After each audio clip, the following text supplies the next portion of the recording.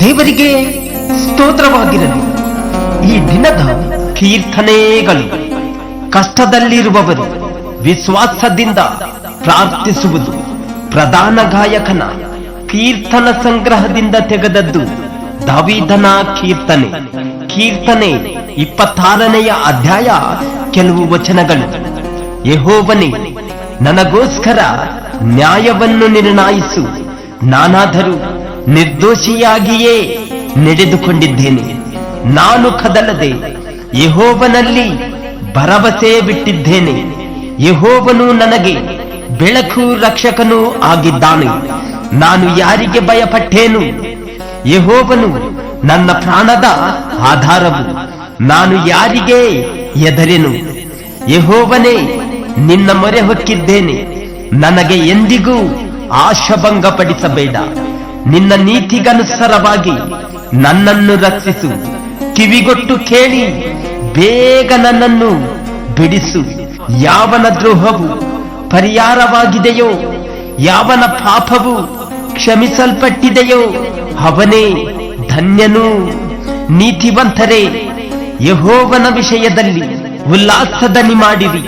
ಯಾವ ಜನರಿಗೆ ಯೆಹೋವನೇ ದೇವರಾಗಿದ್ದಾನೋ, ಯಾವ ಜನಾಂಗದವರನ್ನು ಸ್ವಾಕ್ಷಿಯ ಜನರನ್ನಾಗಿ ಆದುಕೊಂಡಿದ್ದಾನೋ ಅವರೇ ಧನ್ಯರು.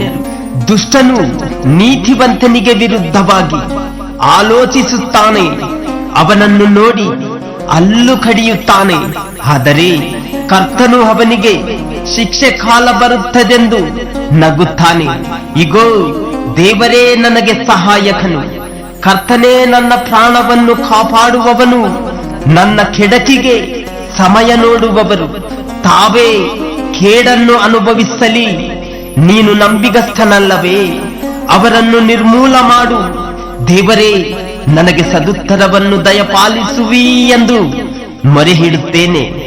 ಕಿವಿಗೊಟ್ಟು ಕೇಳು. ನಿನ್ನ ಪ್ರೀತಿಯನ್ನು ವಿಶೇಷವಾಗಿ ತೋರಿಸು. ನನ್ನ ಬಲವಾಗಿರುವ ಯೆಹೋವನೇ, ನಿನ್ನಲ್ಲಿಯೇ ಮಮತೆ ಇಡುತ್ತೇನೆ. ದೇವರೇ, ಕರುಣಿಸು, ನನ್ನನ್ನು ಕರುಣಿಸು. ನೀನೇ ನನ್ನ ಆಶ್ರಯ ಸ್ಥಾನವಲ್ಲವೇ?